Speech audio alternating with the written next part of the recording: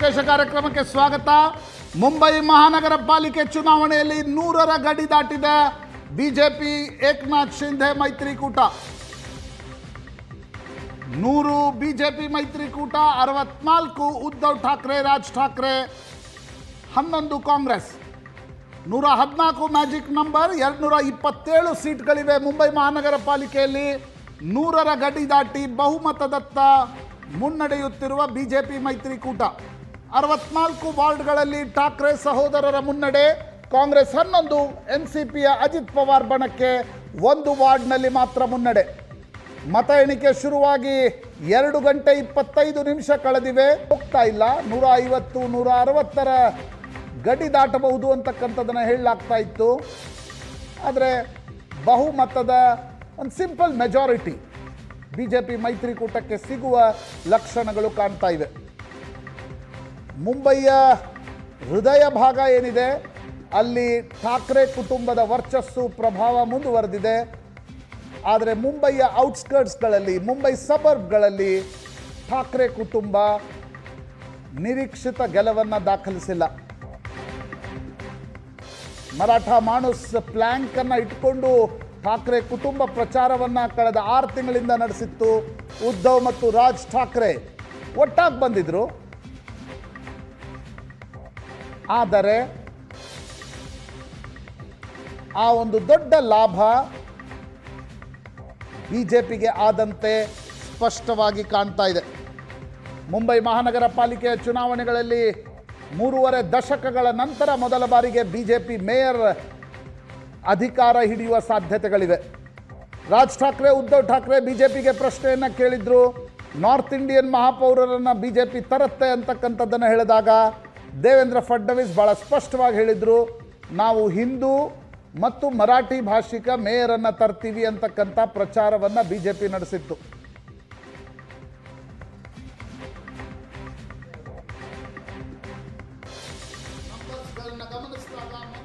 ಬಿಜೆಪಿಯ ಮೇಯರ್ ಮುಂಬೈಯಲ್ಲಿ ಅಧಿಕಾರ ಹಿಡಿಯುವ ಸಾಧ್ಯತೆಗಳಿವೆ. ಕಳೆದ ಬಾರಿ 2017ರಲ್ಲಿ 84 ಶಿವಸೇನೆ, 82 ಬಿಜೆಪಿ ಇದ್ದಾಗ ಉದ್ಧವ್ ಠಾಕ್ರೆ ಅವರ ಪಕ್ಷಕ್ಕೆ ಮಹಾಪೌರ ಮತ್ತು ಸ್ಟ್ಯಾಂಡಿಂಗ್ ಕಮಿಟಿ ಚೇರ್ಮನ್ ಸ್ಥಾನವನ್ನು ಬಿಜೆಪಿ ಬಿಟ್ಟುಕೊಟ್ಟು ಹೊರಗಡೆಯಿಂದ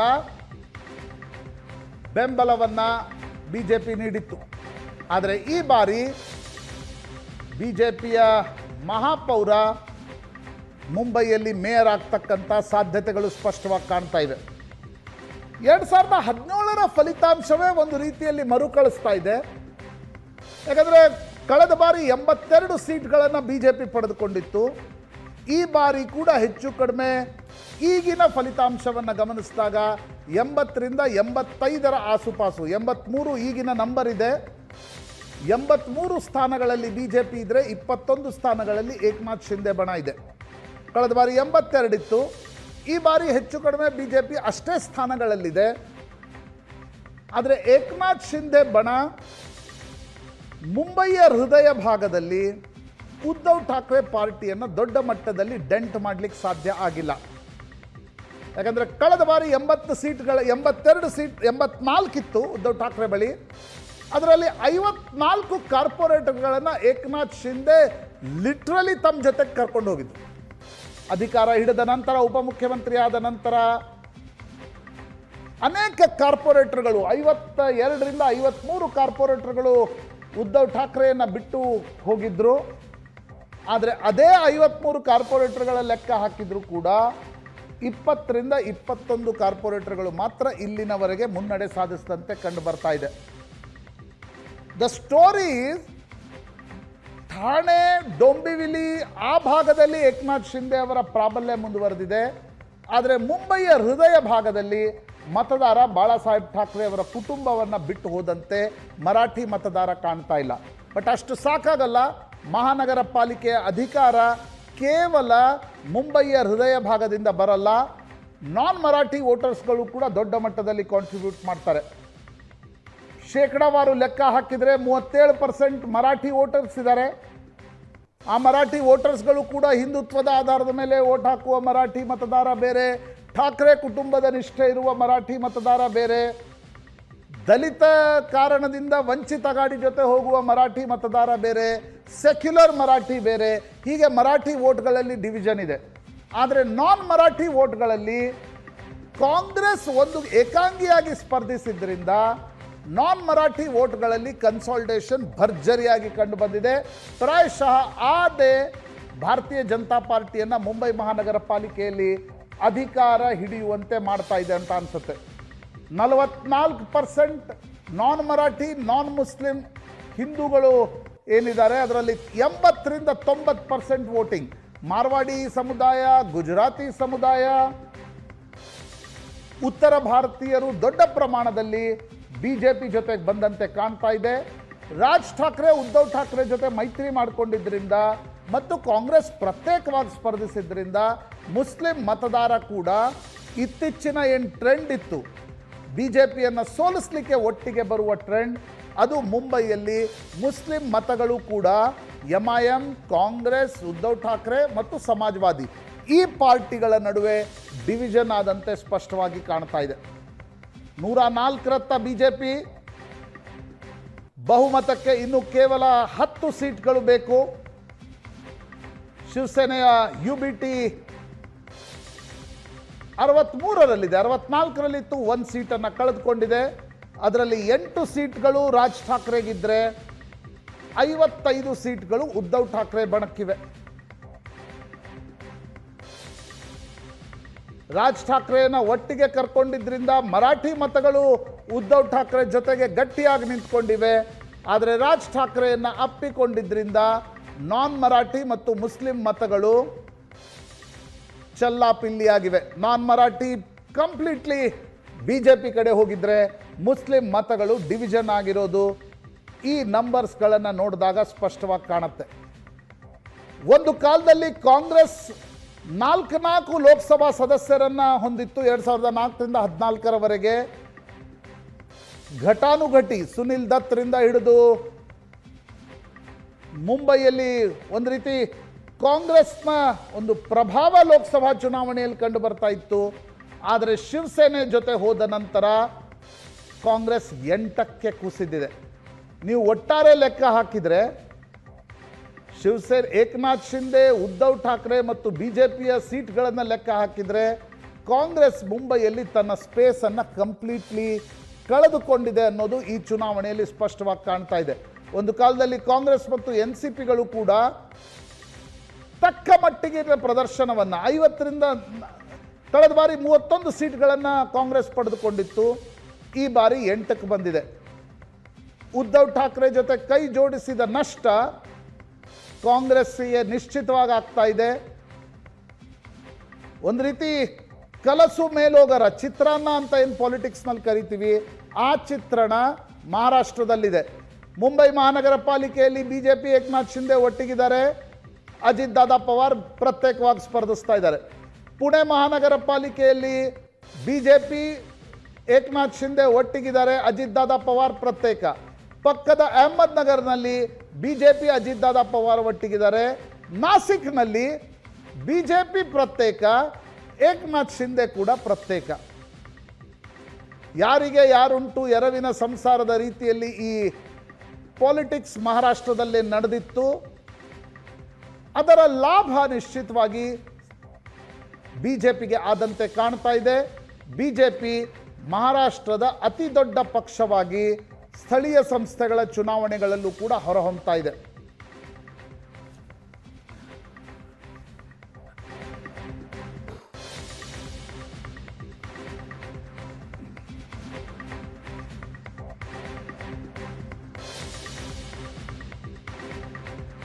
ಆರರ ಗಡಿಯನ್ನು ತಲುಪಿದೆ ಬಿಜೆಪಿ ನೇತೃತ್ವದ ಮೈತ್ರಿಕೂಟ ಮುಂಬೈನಲ್ಲಿ. 106ರ ಗಡಿ, 114 ಮ್ಯಾಜಿಕ್ ನಂಬರ್. ಇಲ್ಲಿ ಉದ್ಧವ್ ಠಾಕ್ರೆ ರಾಜ್ ಠಾಕ್ರೆ ಮೈತ್ರಿ 60ರಿಂದ 70ರ ಮಧ್ಯದಲ್ಲಿ ಓಲಾಡ್ತಾ ಇದೆ. 109 ಈಗ 109. ಬೇರೆ ಚುನಾವಣೆಯಾಗಿದ್ದರೆ ಇಷ್ಟೊತ್ತಿಗಾಗಲೇ ಸ್ಪಷ್ಟ ಟ್ರೆಂಡ್ ಸಿಕ್ಕಿರ್ತಾ ಇತ್ತು. 10 ಗಂಟೆಗೆ ಮತ ಎಣಿಕೆ ಶುರುವಾಗಿದೆ. 130 ತನಕ ಬಿಜೆಪಿ ನೇತೃತ್ವದ ಮೈತ್ರಿ ತಲುಪುತ್ತೆ ಅಂತ ಎಕ್ಸಿಟ್ ಪೋಲ್ಗಳ ಭವಿಷ್ಯ. ನೋಡೋಣ ಎಷ್ಟು ಸತ್ಯ ಆಗುತ್ತೆ ಅಂತ. 50ರಿಂದ 60 ಭವಿಷ್ಯವನ್ನ ಉದ್ಧವ್ ಠಾಕ್ರೆ ರಾಜ್ ಠಾಕ್ರೆ ಮೈತ್ರಿಗೆ ಭವಿಷ್ಯ ನುಡಿಯಲಾಗಿತ್ತು. ಸದ್ಯದ ಟ್ರೆಂಡ್ 67ರಲ್ಲಿದೆ.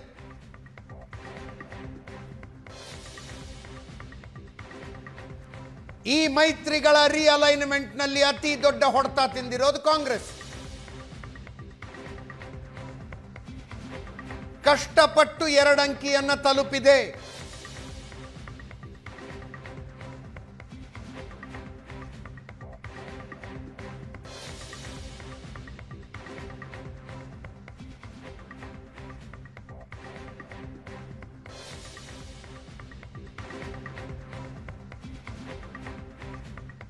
ಪ್ರಶಾಂತ್ ಹೇಳ್ತಿದ್ದ ಹಾಗೆ ಮೈತ್ರಿಗಳು ಕಲಸು ಮೇಲೋಗರ. 29 ಸ್ಥಳೀಯ ಸಂಸ್ಥೆಗಳ ಪೈಕಿ ಮಹಾನಗರಗಳ ಪೈಕಿ ಕೆಲವೊಂದರಲ್ಲಿ ಏಕನಾಥ್ ಶಿಂದೆ ಬಣ ಬಿಜೆಪಿ ಜೊತೆಗಿದೆ, ಇನ್ನು ಕೆಲವುದರಲ್ಲಿ ಪ್ರತ್ಯೇಕವಾಗಿದೆ. ಕೆಲವು ಕಡೆಗಳಲ್ಲಿ NCP ಅಜಿತ್ ಪವಾರ್ ಬಣ ಪ್ರತ್ಯೇಕ, ಇನ್ನು ಕೆಲವುದರಲ್ಲಿ ಮೈತ್ರಿಯಲ್ಲಿದೆ. 109 ವರ್ಸಸ್ 67 ಸದ್ಯದ ಸಂಖ್ಯೆ ಅಲ್ವಾ? ಏಕನಾಥ್ ಶಿಂದೆ ಅವ್ರದ್ದು ಧನುಷ್ಯವಾಣ, ಉದ್ಧವ್ ಠಾಕ್ರೆ ಅವ್ರದ್ದು ಮಶಾಲ್, ಆ ಕಡೆ ಅಜಿತ್ ದಾದಾ ಪವಾರ್ ಅವ್ರದ್ದು ಗಡಿಯಾರ, ಶರದ್ ಪವಾರ್ ಅವ್ರದ್ದು ತುತ್ತೂರಿ, ಈ ಕಡೆ ಕಮಲ ಮತ್ತು ಹಸ್ತ, ಆ ಕಡೆ ವಂಚಿತ ಗಾಡಿ ಯಮಾಯಂ, ಇನ್ನೂ ಕೆಲ ಸಣ್ಣ ಪಕ್ಷಗಳು ಕೂಡ ಅಲ್ಲಲ್ಲಿ ಸ್ಪರ್ಧೆ ಮಾಡಿವೆ ನಗರ ಪಾಲಿಕೆ ಚುನಾವಣೆಯಲ್ಲಿ. ಇನ್ನೂ ದೊಡ್ಡ ಕನ್ಫ್ಯೂಷನ್ ಇರೋದು ಅಜಿತ್, ಮುಂಬೈಯೆಲ್ಲ ಕನ್ಫ್ಯೂಷನ್ ಇಲ್ಲ. ಮುಂಬೈಯಲ್ಲಿ 1 ವಾರ್ಡಿಗೆ ಒಬ್ಬ ಕಾರ್ಪೊರೇಟರು. ಬೇರೆ ಕಡೆ ಒಂದು ಹೊಸ ಪ್ರಯೋಗವನ್ನು ಈ ಸಲ ಮಹಾರಾಷ್ಟ್ರದಲ್ಲಿ ಮತ್ತೆ ಶುರು ಮಾಡಲಾಯ್ತು. ಹಿಂದಿತ್ತಂತೆ ಪ್ಯಾನಲ್ ವೋಟಿಂಗ್. ಒಂದೇ ವಾರ್ಡ್ಗೆ ABCD ಇರುತ್ತೆ. ಪ್ರಯಾರಿಟಿ ವೋಟ್ ಮಾಡಬೇಕು. ನೀವು ಪ್ಯಾನಲ್ ವೋಟಿಂಗ್ ಮಾಡಬೇಕು. ಆ ಪ್ಯಾನಲ್ನಲ್ಲಿ ಕ್ರಾಸ್ ವೋಟ್ ಎಷ್ಟಾಗುತ್ತೆ ಅದು ಲೆಕ್ಕ ಹಾಕ್ಲಿಕ್ಕೆ ನಿನ್ನೆ ನಾನು ಅನೇಕ ಮರಾಠಿ ಪತ್ರಕರ್ತರ ಇಂಟರ್ವ್ಯೂಗಳನ್ನು ನೋಡ್ತಾ ಇದ್ದೆ. ಅಂದರೆ ಅವ್ರದ್ದು ಸಂಖ್ಯೆ ಏನು ಹೇಳ್ತಾರೆ ಅಂತ ಅವ್ರು ಹೇಳ್ತಾ ಇದ್ರು. ಆ ಪ್ಯಾನಲ್ ವೋಟಿಂಗಲ್ಲಿ ನಿಮ್ಗೇನು ಕ್ರಾಸ್ ವೋಟ್ ಆಗುತ್ತಲ್ಲ, ಎದಲ್ಲಿ ಹಿಂಗೆ ಕೊಡ್ತಾನೆ ಮತದಾರ, ಬಿದಲ್ಲಿ NCP ಕೊಡ್ತಾ ಇದ್ದಾನೆ. ಪುಣೆ ಪಿಂಪ್ರಿ ಚಿಂಚೋಡಲ್ಲಂತೂ ಇದು ದೊಡ್ಡ ಪ್ರಮಾಣದಲ್ಲಿ ಆಗ್ಬೋದು ಅಂತ. ಸೊ ಆ ಪ್ಯಾನಲ್ ವೋಟಿಂಗ್ ಇದೆ. ಆಮೇಲೆ ವಿಚಿತ್ರ ಸನ್ನಿವೇಶಗಳು. ಈಗ ಪುಣೆಯಲ್ಲಿ ಫಾರ್ ಎಕ್ಸಾಂಪಲ್ ಭಾರತೀಯ ಜನತಾ ಪಾರ್ಟಿಯ ವಿರುದ್ಧ 2 ವರ್ಷದಿಂದ ಸೋಷಿಯಲ್ ಮೀಡಿಯಾ ಕ್ಯಾಂಪೇನ್ ಮಾಡಿದ್ಲು ಯಾರೋ ಜ್ಯೋತಿ ಪಾಟೀಲ್ ಯಾರೋ ಒಬ್ರು. ಏಕಾಏಕಿ ಅವ್ರಿಗೆ ಟಿಕೆಟ್ ಕೊಟ್ಬಿಟ್ರು ಬಿಜೆಪಿಯವರು. ಸಂಘ ಪರಿವಾರದ ಕಾರ್ಯಕರ್ತರು ದೊಡ್ಡ ಪ್ರಮಾಣದಲ್ಲಿ ಸೋಷಿಯಲ್ ಮೀಡಿಯಾ ಕ್ಯಾಂಪೇನ್ ಮಾಡಿದರು. ಮತ್ತೆ ಟಿಕೆಟ್ ವಾಪಸ್ ತೆಗೆದುಕೊಂಡು ನನಗೆ ಆಶ್ಚರ್ಯ ಅನಿಸಿದ್ದು, ದೇವೇಂದ್ರ ಫಡ್ನವೀಸ್ ನಗರ ಪಾಲಿಕೆ ಚುನಾವಣೆ ನಂತರ ಹೇಳಿದರು. ಅವ್ರಿಗೆ ಪ್ರಶ್ನೆ ಕೇಳಿದ್ರು ಯಾರೋ ಪತ್ರಕರ್ತರು, ಅಲ್ರಿ ಅಂಬರ್ನಾಥ್ನಲ್ಲಿ ನೀವು ಕಾಂಗ್ರೆಸ್ ಜೊತೆ ಮೈತ್ರಿ ಮಾಡ್ಕೊಂಡಿದ್ದೀರಿ ಅಂತ. ಅದು ಡೋಂಬಿವಿಲಿಗೆ ಬರುತ್ತೆ, ಅಂಬರ್ನಾಥ್ ಅಲ್ಲೇ ಹತ್ರ ಬರುತ್ತೆ. ಏಕನಾಥ್ ಶಿಂದೆಯನ್ನು ತಡಿಬೇಕು ಅಂತ ಕಾಂಗ್ರೆಸ್ ಜೊತೆ ಮೈತ್ರಿ ಮಾಡ್ಕೊಂಡಿದ್ದು. ಇವ್ರು ಹೇಳಿದ್ರು ಇಲ್ಲ ನನಗೆ ಗೊತ್ತೇ ಇಲ್ಲ ಇದು ಅಂತ. ನಂತರ ಏನು ಮಾಡಿದ್ರು, ಪಕ್ಷದಿಂದ ವಜಾ ಮಾಡಿದ್ರು. ನಂತರ ಏನು ಮಾಡಿದ್ರು ಹೇಳಿ, ಆ ಕಾಂಗ್ರೆಸ್ನ ನಗರ ಪಾಲಿಕೆ ಸದಸ್ಯರನ್ನ ಹೊರಗೆ ತಂದು ಬಿಜೆಪಿಯಲ್ಲಿ ಎಂಟ್ರಿ ಮಾಡಿಕೊಂಡು ಅಧಿಕಾರ ಹಿಡಿದ್ರು. ಅಕೋಜಾನ ಅಂದರೆ ಅದು ಈ ಕಡೆ ಪಶ್ಚಿಮ ಮಹಾರಾಷ್ಟ್ರ ಅನ್ಸುತ್ತೆ. ಅಲ್ಲಿ ಸ್ಥಳೀಯ ಬಿಜೆಪಿ ಹೋಗಿ MIM ಜೊತೆ ಮೈತ್ರಿ ಮಾಡಬೇಕು. ಅಲ್ಲಿ ಯಾಕೆ, ಅಲ್ಲಿ ಕಾಂಗ್ರೆಸ್ಸನ್ನು ದೂರ ಇಡಲಿಕ್ಕೆ MIM ಜೊತೆ ಮೈತ್ರಿ. ಅಂದರೆ ನೀವು ಚಿತ್ರಾನ್ನ ಕಲಸು ಮೇಲೋಗರ ಆದಾಗ ಏನಾಗುತ್ತೆ, ಈಗ ಏಕನಾಥ್ ಶಿಂದೆ ಅಜಿತ್ ದಾದಾ ಪವಾರ್ ಮತ್ತು ಏಕನಾಥ್ ಶಿಂದೆ ಬಿಜೆಪಿ ಮೈತ್ರಿ ಇದೆ. ಮೊನ್ನೆ ಶಿವಾಜಿನಗರ ಏನಿದೆ ಪುಣೆಯಲ್ಲಿ, ಅಲ್ಲಿ ದೇವೇಂದ್ರ ಫಡ್ನವೀಸರ ಭಾಷಣ. ಏನು ಭಾಷಣ? ಏಕನಾಥ್ ಶಿಂದೆ ಮತ್ತು ಅಜಿತ್ ದಾದಾ ಪವಾರ್ ಇದೇ ರೀತಿ ಮಾಡ್ತಾ ಹೋದರೆ ನಾವು ನಮ್ಮ ದಾರಿಯನ್ನು ನಾವು ನೋಡ್ಕೋಬೇಕಾಗತ್ತೆ. ದೇವೇಂದ್ರ ಫಡ್ನವೀಸ್ ಅವರ ಚುನಾವಣೆಯ ಕೊನೆಯ ಭಾಷಣ ಅವ್ರದ್ದು ಪುಣೆಯಲ್ಲಿ, ನಮ್ಮ ದಾರಿ ನಾವು ನೋಡ್ಕೊಳ್ತೀವಿ. ಅಜಿತ್ ದಾದಾ ಪವಾರ್ ಏನು ಹೇಳಿದರು, ಅರೆ ನಮ್ಮ ಮೇಲೆ ಸಿಂಚನ್ ಘೋಟಾಲದ ಆರೋಪವನ್ನು ಮಾಡಿದ್ರಲ್ಲ, ಅವ್ರ ಜೊತೆನೇ ನಾವು ಅಧಿಕಾರದಲ್ಲಿ ಹಿಡಿದೀವಿ ಬಿಡಿ ಅಂತ. ಅವರೇ ನನ್ನನ್ನು ಕರ್ಕೊಂಡು ಕುರ್ಚಿ ಮೇಲೆ ಕೂರಿಸಿದ್ದಾರೆ ಅಂತ ಹೇಳಿದರು. ಅಂದರೆ ಮುಂಬೈ ಮತ್ತು ಮಹಾರಾಷ್ಟ್ರದ ಪಾಲಿಟಿಕ್ಸ್ ಏನಾಗಿದೆ ಅಜಯ್, ಮಲ್ಟಿ ಪಾರ್ಟಿ ಅಥವಾ ನೀವು ಮಲ್ಟಿಪಲ್ ಪಾರ್ಟ್ನರ್ಸ್ ಆ ರೀತಿಯಾಗಿರ್ತಕ್ಕಂಥ ಒಂದು ಚಿತ್ರಣ ಮಹಾರಾಷ್ಟ್ರದಲ್ಲಿ ಕಂಡು ಬರ್ತಾ ಇದೆ. ಯಾರ ಜೊತೆ ಹೋಗ್ತಿದ್ದಾರೆ, ಈಗ ಮಹಾನಗರ ಪಾಲಿಕೆ ಚುನಾವಣೆಯಲ್ಲಿ ಒಂದು ಸ್ಪಷ್ಟ ಬಹುಮತ ಬಂದರೆ ಇವ್ರು ಬಿಜೆಪಿ ಅವರು ಯಾವಾಗಲೂ ಹೇಳೋರಲ್ವಾ, ಕಮ್ಯುನಿಸ್ಟ್ ಪಾರ್ಟಿಯವರು ಕೇರಳದಲ್ಲಿ ಪ್ರತಿಸ್ಪರ್ಧಿ ಕಾಂಗ್ರೆಸ್ಸಿಗೆ ಪಶ್ಚಿಮ ಬಂಗಾಳದಲ್ಲಿ ಮೈತ್ರಿ ಮಾಡ್ಕೊಂಡಿರ್ತಾರೆ, ಹೆಂಗಿದ್ರೆ ಹೆಂಗೆ ಅಂತ. ಅದೇ ರೀತಿಯ ಚಿತ್ರಣ ಮಹಾರಾಷ್ಟ್ರದಲ್ಲಿ. ಅದಕ್ಕಿಂತ ಕಾಂಪ್ಲೆಕ್ಸ್. ಆಮೇಲೆ ವಿಚಿತ್ರ, ನಾನು ಕೇಳಿದ್ದೆ ಮೊದಲ ಬಾರಿ ಈ ಸಲ ಅದು 69 ಅನ್ಅಪೋಸ್ಡ್ ನಗರ ಪಾಲಿಕೆಯಲ್ಲಿ. That is very unhealthy for democracy. ಅಂದರೆ ನಿಮ್ಮ ಅಪೋಸಿಷನ್ ಪೊಲಿಟಿಕಲ್ ಪಾರ್ಟಿಗಳ ಏನು ಬಿ ಫಾರ್ಮ್ ಕೊಟ್ಟ ನಂತರ ಹಿಂತೆಗೆದುಕೊಂಡು ಬಿಟ್ರು ಅವ್ರು ಹೋಗಿ. ಅವ್ರೇನು ಐಡಿಯಾಲಜಿಕಲ್ ಕಾರಣದಿಂದ ಹಿಂತೆಗೆದುಕೊಂಡ್ರೆ ನಂಗೆ ಗೊತ್ತಿಲ್ಲ, ಅದನ್ನು ಚಂದ್ರಶೇಖರ್ ಕ್ಲಾರಿಫೈ ಮಾಡಬೇಕು. ಅಂದರೆ ನಾನು ನೋಡಿ, ಗುಜರಾತ್ ಮತ್ತು ಮಧ್ಯಪ್ರದೇಶದಲ್ಲಿ ಬಿ ಜೆ ಪಿಯ ಬೆಳವಣಿಗೆಯನ್ನು ನಾನು ನೋಡಿದ್ದೀನಿ, ಗಮನಿಸಿದ್ದೀನಿ. ದಟ್ ವಾಸ್ ಪ್ಯೂರ್ಲಿ ಒಂದು ಆರ್ಗನೈಸೇಷನಲ್ ಫ್ರಂಟ್, ಆರ್ಗ್ಯಾನಿಕ್. ಅದೊಂದು ಆರ್ಗ್ಯಾನಿಕ್ ಗ್ರೋತು ಅದನ್ನು ಇಟ್ಕೊಂಡಿದ್ದು. ಆದರೆ ಮಹಾರಾಷ್ಟ್ರದ ಗ್ರೋತ್ ಬಗ್ಗೆ ನನಗೇನು ಡೌಟ್ ಇಲ್ಲ. ಬಿ ಜೆ ಪಿ ಗ್ರೋತ್ ಮಾಡಿದೆ, ಇಟ್ಸ್ ದ ಬಿಗ್ಗೆಸ್ಟ್ ಪಾರ್ಟಿ ನಾವು ಇನ್ ಮಹಾರಾಷ್ಟ್ರ. ದೇವೇಂದ್ರ ಫಡ್ನವೀಸ್ರ ನಾಯಕತ್ವ ಇದೆ. ಬಟ್ ಅದು ನಡೆದು ಬಂದ ದಾರಿ ಏನಿದೆ ಅಲ್ಲ, ಅದರ ಬಗ್ಗೆ ನಿಶ್ಚಿತವಾಗಿ ಪ್ರಶ್ನೆಗಳಿವೆ. Any comments Chandrashekar? 100% ಸರ್. ಇಲ್ಲ ಅಂತ ಹೇಳಿದ್ರೆ, ಇದು ಕಾಮೆಂಟ್ ಮಾಡಲಿಲ್ಲ ಅಂತ ಹೇಳಿದ್ರೆ ಬಿಜೆಪಿ ಕಾರ್ಯಕರ್ತರಿಗೆ ತುಂಬಾ ಕೆಟ್ಟ ಸಂದೇಶ ಹೊರಟೋಗ್ಬಿಡುತ್ತೆ. ವಿಷಯದಲ್ಲಿ ನಿಮ್ಮ ನಾಯಕರೊಬ್ಬರು ಹೇಳಿದ್ರು ಅಂಬರ್ನಾಥ್ ವಿಚಾರಕ್ಕೆ ಅಂಬರ್ನಾಥ್ ವಿಚಾರಕ್ಕೆ ಬರ್ತಾ ಇರೋದು ಸರ್. ಅಂಬರ್ನಾಥ್ ವಿಚಾರಕ್ಕೆ ಅದಾದ ಕೆಲವೇ ಗಂಟೆಗಳಲ್ಲಿ ದೇವೇಂದ್ರ ಫಡ್ನವೀಸ್ ಅವರು ಬಹಳ ಸ್ಪಷ್ಟನೆ ಕೊಟ್ಟರು. ಯಾವತ್ತೂ ಕೂಡ ನಾವು ಕಾಂಗ್ರೆಸ್ ಜೊತೆ ಮಾಡೂ ಇಲ್ಲ, ಇನ್ನು ಜನ್ಮದಲ್ಲೂ ಕೂಡ ನಾವು ಕಾಂಗ್ರೆಸ್ ಜೊತೆ ಅಲಯನ್ಸ್ ಮಾಡೋದೇ ಇಲ್ಲ. 9 ಜನ ಏನು ಕಾಂಗ್ರೆಸ್ನ ಕಾರ್ಪೊರೇಟರ್, ಕಾಂಗ್ರೆಸ್ಸಲ್ಲಿ ಇದ್ದಿದ್ದ ಕಾರ್ಪೊರೇಟರು ಕಾಂಗ್ರೆಸ್ ಅವನು ಉಚ್ಚಾಟನೆ ಮಾಡಿದ ಮೇಲೆ ಅವರು ಸ್ವತಂತ್ರ ಆದಮೇಲೆ ಅವರು ಬಿಜೆಪಿ ಜೊತೆ ಕೈ ಜೋಡಿಸಿದ್ದಾರೆ. ಅದೇ ರೀತಿ ಈವನ್ MIM ಅಂತಕ್ಕಂಥದ್ದು ಕೂಡ ಕೆಲವೇ ಗಂಟೆಗಳಲ್ಲಿ ಬಿಜೆಪಿ ಟಾಪ್ ಲೀಡರ್ಶಿಪ್ ಇಂದ ಕ್ಲಾರಿಫಿಕೇಶನ್ ಬಂತು. ಅದೇ ರೀತಿ OWC ಅವರಿಂದ ಕ್ಲಾರಿಫಿಕೇಶನ್ ಬಂತು. ಬಿಜೆಪಿ ಮತ್ತು MIM ಯಾವುದೇ ಕಾರಣಕ್ಕೂ ಒಟ್ಟಿಗೆ ಹೋಗೋದಿಲ್ಲ, ಮುಂದೆ ಸಾಧ್ಯವೂ ಇಲ್ಲ ಅಂತಕ್ಕಂಥದ್ದು. ಇವೆರಡು ಕ್ಲಾರಿಫಿಕೇಶನ್ ನಾನು ನಮ್ಮ ಕಾರ್ಯಕರ್ತರಿಗೆ ಕೊಡಲಿಕ್ಕೆ ಇಷ್ಟಪಡ್ತೇನೆ. ಲೋಕಲ್ ಆಗಿ ಸ್ವಲ್ಪ ಏನು ಆಗಿರ್ತಕ್ಕಂಥ ಗೊಂದಲದಿಂದ ಒಂದಷ್ಟು ಈ ರೀತಿ ವಿಚಾರಗಳು ಬಂತು ಬಿಟ್ರೆ ಆ ರೀತಿ ಯಾವುದೂ ಆಗೂ ಇಲ್ಲ, ಮುಂದೆ ಆಗೋದೂ ಇಲ್ಲ. ಒಂದು ವಿಚಾರ ನಾನು ಹೇಳಲಿಕ್ಕೆ ಇಷ್ಟಪಡ್ತೇನೆ. ಆದರೆ ಒಂದೇ ಸಲ ಸಚ್ಚಿದಾನಂದ ಶೆಟ್ಟರ್ದು ಒಂದು ರಿಯಾಕ್ಷನ್ ತಗೊಂಡ್ಬಿಡ್ತೀನಿ. ಸಚ್ಚಿದಾನಂದ ಶೆಟ್ಟರೆ ಇಲ್ಲ, ಅವ್ರದ್ದು ಕಾಲ್ ಕಟ್ ಆಗಿದೆ. ಕಮ್ ವಾಟ್ ಮೇ, ಅಧಿಕಾರ ಹಿಡಿಬೇಕು ಅಂತ ಯಾರ ಜೊತೆಗಾದರೂ ಸೇರಿಕೊಂಡು ಯಾರನ್ನು ಬೇಕಾದರೂ ವಿರೋಧಿಸಿ. ನಾನು ಹೇಳಿದ್ನಲ್ಲ, ದೇಶದ ವಿಚಾರದಲ್ಲಿ, ಧರ್ಮದ ವಿಚಾರದಲ್ಲಿ ಎಗನೆಸ್ಟ್ ಆಗಿರೋರ ಜೊತೆ ನಾವು ಯಾವತ್ತೂ ಹೋಗಕ್ಕೆ ಸಾಧ್ಯವೇ ಇಲ್ಲ. ಆ ರೀತಿ ಯಾತನ ಪ್ರಯತ್ನಗಳು ಸಾಧ್ಯವೂ ಇಲ್ಲ, ಮುಂದೆ ಕೂಡ ಇದಾಗೋದು.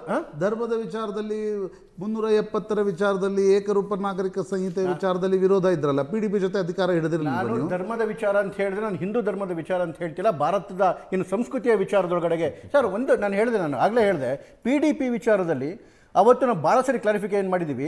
ಅಕಸ್ಮಾತ್ ನಾವು ಅವತ್ತು PDP ಜೊತೆ ಒಂದು ಸ್ಟ್ರಾಟಜಿ ರೂಪದಲ್ಲಿ ಒಳಗಡೆ ಹೋಗದೇ ಇದ್ದಿದ್ರೆ ಅಲ್ಲಿ ಡಿಲಿಮಿಟೇಷನ್ ಮಾಡಲಿಕ್ಕೂ ಆಗ್ತಿರ್ಲಿಲ್ಲ. ಇದೇ ರೀತಿ ನಾವು ಜಮ್ಮು ಭಾಗದಲ್ಲಿ ಯಾವ ಭಾಗದಲ್ಲಿ ಬೇರೆ ಪಕ್ಷಗಳಲ್ಲಿ ಉಸಿರಾಡೋಕ್ಕೂ ಕೂಡ ಸಾಧ್ಯ ಆಗಿರ್ತಿರ್ಲಿಲ್ಲ. ಇವತ್ತು ಅದಾದ ಮೇಲೆ ಯಾವ ರೀತಿ ನಮ್ಮದು ಸಂಬಂಧಗಳಿದೆ ಅಂತ ನಮಗೆ ಗೊತ್ತಿರ್ತಕ್ಕಂಥ ಸತ್ಯವೇ. ನಾನು ಹೇಳ್ತಾ ಇರೋದು ನೋಡಿ ಅಜಿತ್, ಕಾಂಗ್ರೆಸ್ ಮತ್ತು BJP ಬೇಸಿಕ್ ಡಿಫ್ರೆನ್ಸಸ್ ನೋಡಿ. 24ರ ಲೋಕಸಭಾ ಚುನಾವಣೆ ಹೀನಾಯವಾಗಿ ಸೋತ್ವಿ ನಾವು ಮಹಾರಾಷ್ಟ್ರದಲ್ಲಿ, ಎಸ್ಪೆಷಲಿ ಮುಂಬೈಯಲ್ಲಿ 6 ಸೀಟಲ್ಲಿ ಒಂದು ಪಿಯೂಷ್ ಗೋಯಲ್ ಗೆದ್ದರು ನಾರ್ತ್ ಈಸ್ಟಲ್ಲಿ, ಇನ್ನೊಂದು ಶಿವಸೇನಾ ಗೆಲ್ತು ಇದು ನಾರ್ತ್ ವೆಸ್ಟಲ್ಲಿ, ನಾರ್ತಲ್ಲಿ. ಇವೆರಡು ಸೀಟ್ ಬಿಟ್ಟರೆ 4 ಸೀಟ್ ನಾವು ಸೋತ್ವಿ. ಅದರಲ್ಲಿ 3 ಉದ್ಧವ್ ಠಾಕ್ರೆ ಗೆದ್ಕೊಂಡ್ರು, ಸೌತ್ ಸೆಂಟ್ರಲ್ಲು ಮತ್ತು ನಾರ್ತ್ ವೆಸ್ಟು, ಇನ್ನೊಂದು ಸೆಂಟ್ರಲ್ನ ಕಾಂಗ್ರೆಸ್ ಗೆದ್ಕೊಂತು. ಇಷ್ಟು ಹೀನಾಯ ಸೋಲಾದಾಗ ನಾವು ಯಾರನ್ನೂ ಬ್ಲೇಮ್ ಮಾಡ್ಕೊಂಡು ಕೂತ್ಕೊಳ್ಳಿಲ್ಲ. ಒಬ್ಬ BJPಯ ಸಕ್ರಿಯ ಕಾರ್ಯಕರ್ತನಾಗಿ ಸುಮಾರು 2 ದಶಕದಿಂದ BJP ಒಳಗಡೆಗೆ ನಾನು ನೋಡಿರ್ತಕ್ಕಂಥ ಒಂದು ಅನುಭವದಿಂದ ಹೇಳ್ತಾ ಇದ್ದೇನೆ, BJP ಸೋತಾಗ ಯಾವತ್ತೂ ಇನ್ನೊಬ್ಬರ ಮೇಲೆ ಬ್ಲೇಮ್ ಮಾಡ್ಲಿಕ್ಕೆ ಹೋಗಲ್ಲ. Immediately it goes to the drawing ರೂಮ್ಗೆ ಹೋಗಿ ಕೂತ್ಕೊಂಡ್ರು, ಎಲ್ಲೆಲ್ಲಿ ತಪ್ಪಾಯಿತು, ಎಲ್ಲೆಲ್ಲಿ ಪ್ರಾಬ್ಲಮ್ಗಳಾಯಿತು, ಯಾವ ವಿಚಾರದಲ್ಲಿ ಅದು ಸುಳ್ಳು ಆರೋಪ ಬಂತ, ಅದನ್ನು ನಾವು ಸರಿಯಾಗಿ ಅದಕ್ಕೆ ಎಕ್ಸ್ಪ್ಲನೇಷನ್ ಕೊಡಲಿಲ್ವಾ, ಅದು ಕಾರ್ಡ್ಗಳೆಲ್ಲರೂ ಬೇಜಾರಾಗಿತ್ತಾ, ನಮ್ಮ ಕಾರ್ಯಕರ್ತರಲ್ಲಿ ಏನಾದರೂ ತೊಂದರೆ ಆಗಿತ್ತಾ, ಎಲ್ಲವನ್ನು ಕೂಡ ಕೂಲಂಕುಷವಾಗಿ ಮಾಡ್ಕೊಂಡೋದ್ರು. ಕೇವಲ 3-4 ತಿಂಗಳಲ್ಲೇ ಚುನಾವಣೆಗಳು ಬರಲಿಕ್ಕೆ ಶುರುವಾದವು. ಯಾವ ರೀತಿ ಬೌನ್ಸ್ ಬ್ಯಾಕ್ ಆಯಿತು, ತುಂಬ ಈಸಿ ರೀ ಇನ್ನೊಬ್ಬರ ಮೇಲೆ ಬ್ಲೇಮ್ ಮಾಡೋದು. ನಾವು ಹರಿಯಾಣದಲ್ಲಿ ಬೌನ್ಸ್ ಬ್ಯಾಕ್ ಆದ್ವಿ, ಮಹಾರಾಷ್ಟ್ರದಲ್ಲಿ ಬೌನ್ಸ್ ಬ್ಯಾಕ್ ಆದ್ವಿ, ಡೆಲ್ಲಿನಲ್ಲಿ ಮಾಡಿದ್ವಿ, ಈವನ್ ಜಮ್ಮು ಮತ್ತು ಕಾಶ್ಮೀರಲ್ಲಿ ಜಮ್ಮುನ ಸ್ವೀಪ್ ಮಾಡಿಬಿಟ್ವಿ. ಸೊ ಯಾವ ಕಾರಣಕ್ಕೋಸ್ಕರ ಅಂತ ಹೇಳಿದ್ರೆ ನಮ್ಮಲ್ಲಿ ಏನು ನ್ಯೂನತೆಗಳಾಗಿತ್ತು, ಅದು ನಮ್ಮಲ್ಲಿ ತಪ್ಪುಗಳಾಗಿತ್ತು, ಅದನ್ನು ಇಮ್ಮಿಡಿಯೇಟಾಗಿ ನಾವು ತಿದ್ಕೊಂಡೋದ್ವಿ. ಪಂಕಜ್ ಮುಂಡೆ ಅಂತವ್ರೂ ಸೋತರು ನಮ್ಮ BJP ಒಳಗಡೆ ಅಲ್ಲಿ ಮಹಾರಾಷ್ಟ್ರದಲ್ಲಿ. ಆದರೆ ಇಮ್ಮಿಡಿಯೇಟಾಗಿ ಎಲ್ಲ ಕ್ಷೇತ್ರಗಳು ಹೇಗೆ ಬೌನ್ಸ್ ಬ್ಯಾಕ್ ಹಾಕೊಂಬನ್ನಿ ಅಂತ ಹೇಳಿದ್ರೆ, ಒಂದು ಏನು ನಮ್ಮ ಮೂಲ ಕಾರ್ಯಕರ್ತರ ಶಕ್ತಿ ಒಂದೇನಿದೆ, ಮತ್ತು ನಮ್ಮ ಸಿದ್ಧಾಂತ ಏನಿದೆ, ಅದು ನ್ಯಾಷನಾಲಿಟಿ ಮತ್ತು ಡೆವಲಪ್ಮೆಂಟು, ಇದನ್ನು ಜೊತೆಗೆ ಹುಡುಕಿಸ್ಕೊಂಡು ಆಗಿರ್ತಕ್ಕಂಥ ತಪ್ಪನ್ನು ಸ್ವೀಕರಿಸಿ ನಮ್ಮ ತಪ್ಪನ್ನು ತಿದ್ದುಕೊಂಡ್ವಿ. ಇವತ್ತು ಮ್ಯಾಸಿವ್ ರಿಸಲ್ಟ್ಗಳು ಏನು ಬರ್ತಾ ಇದೆ ಮಹಾರಾಷ್ಟ್ರದಲ್ಲಿ. ನಾನು ಆಗಲೇ ಒಂದು ಮಾತು ಹೇಳ್ತಾ ಇದ್ದೆ, ಇದರಲ್ಲಿ ತುಂಬ ಇಂಪಾರ್ಟೆಂಟ್ ಫ್ಯಾಕ್ಟರ್ ಇರ್ತಕ್ಕಂಥದ್ದು BJP ಹಾಫ್ ವೇ ಮಾರ್ಕ್ ಅನ್ನು ರೀಚ್ ಆಗಿದೆ. 114 ವಾರ್ಡ್ಗಳಲ್ಲಿ ಮುನ್ನಡೆ.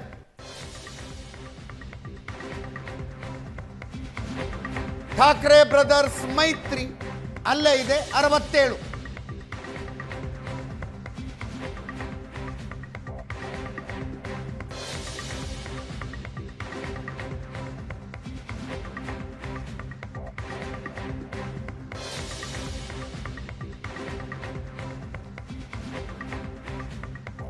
ನೂರ 14 ಮ್ಯಾಜಿಕ್ ನಂಬರ್ ಮುಂಬೈ ಮಹಾನಗರ ಪಾಲಿಕೆಗೆ.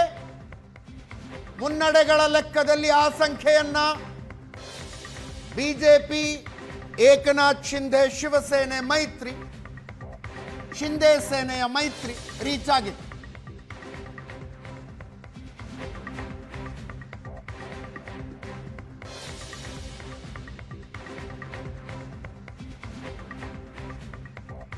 ಕಾಂಗ್ರೆಸ್ 11,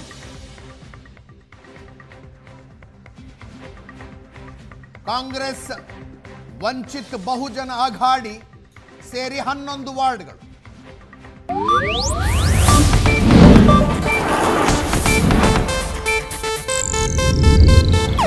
ಇದು ಏಷ್ಯಾನೆಟ್ ನ್ಯೂಸ್ ನೆಟ್ವರ್ಕ್ ಪ್ರಸ್ತುತಿ.